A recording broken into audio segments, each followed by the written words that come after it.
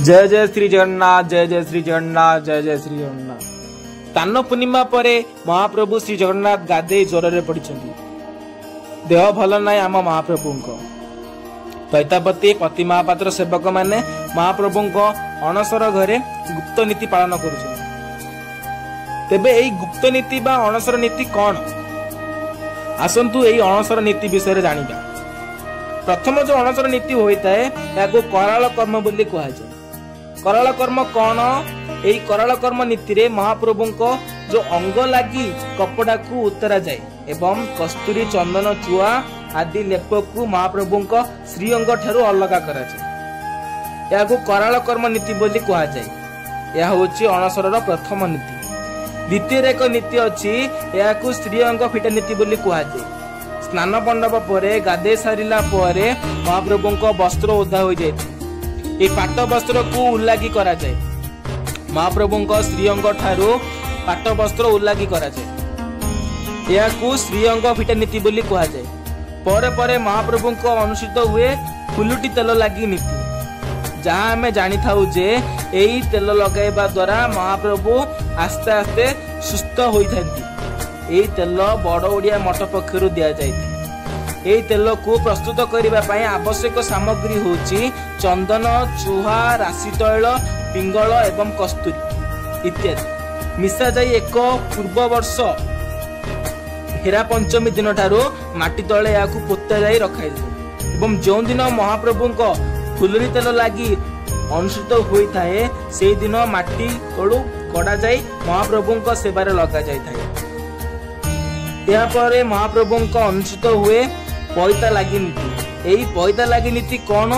महाप्रभु जो पाटकना को छेची या महाप्रभु देहरे छकी पड़ला परी या लगा होता है या पैता लगी नीति बोली कहुए। यापर महाप्रभु श्री अंगरे चंदन मध्य लगी होता है। यापर महाप्रभु श्री कपड़ा उत्सव बा पट्टा बंधन जहाँ श्री जो मान को कपड़ा बंधन करा जाय थाए।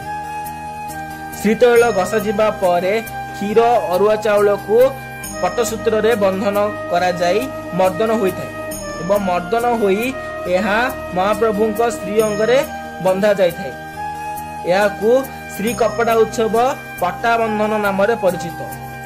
श्री कपड़ा बंधा जिबा परे महाप्रभु को एक लेप दिया जाइथाय, ताकू मसृण लेपवन बोली कहुए। यह मध्य एक नीति रही।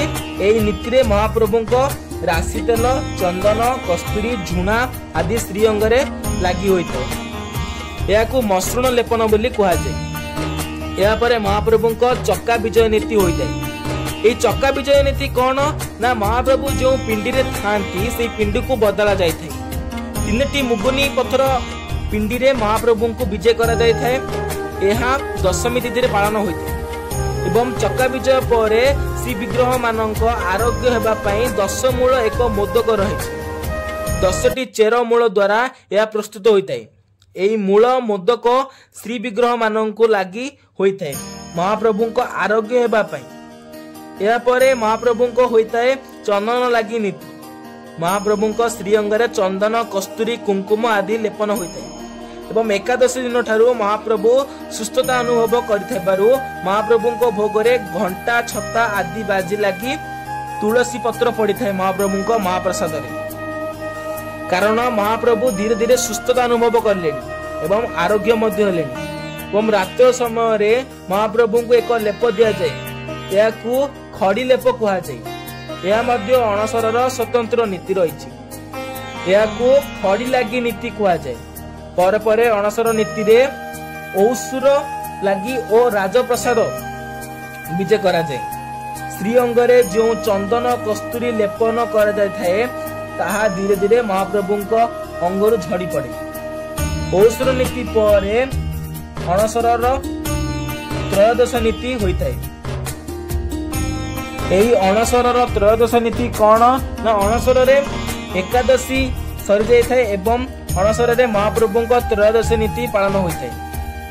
यही नीति रे श्रीजौ मानक घणा लगी एवं पाट डोरी, खड़ी प्रसाद और खड़ी प्रसाद लगी होता है। गहम गुंड रे छणा होई खड़ी प्रसाद प्रस्तुत होता है एवं शंख को पोड़ी जो भस्म बाहरे ताहा होउची खड़ी प्रसाद। एई जो खड़ी प्रसाद नीति को श्रीमंदिर अणसर त्रयोदशी दिन पालन करा जायते। या परे महाप्रभु को अनुष्ठित होता है बनक लागी नीति।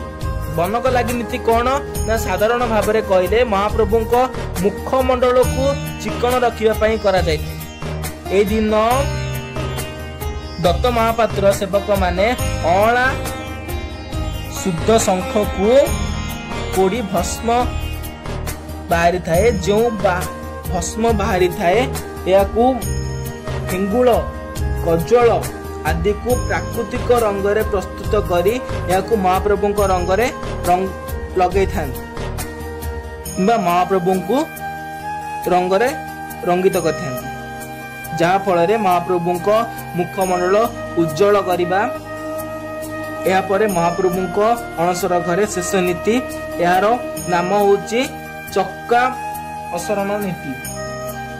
यही चक्का असरण नीति कौन ना नुआ कन्या और तुला जंत्र आकार रे प्रस्तुत होइतिबा एवं शास्त्रीय विधि रे एवं साबर तंत्र रे प्रस्तुत होइतिबा एक चक्का सदृश गोल हसन श्रीजौ को लगी होइथे। यह होची श्री जगन्नाथ अणसर अंतिम नीति। यही नीति परे अर्थात आषाढ़ अमावास्या दिन महाप्रभु सर्वसाधारण माने महाप्रभु श्री जगन्नाथ नव यौवन बेश दर्शन करिथांती। महाप्रभु बहुत दिन पर्यंत ज्वर रे पड़ी पीड़ित होइथांती और रोगाग्रस्त होइथांती। तांकर मुखमंडल किछि अंश रे सुखिला बा उतुरिला भली लागि थाए। एणु अणसर समस्त नीति और अंतिम नीति जो बनक लगी नीति हुए थाए या द्वारा महाप्रभु अधिक चिकन और सुंदर देखा जाय था। तेणु अंतिम दिन रे जो सर्वसाधारण दर्शन होता है बनक लगी नीति परे या नव यौवन दर्शन बोली कहा जाए। यह थिला महाप्रभु को अणसर नीति। धन्यवाद। जय जगन्नाथ।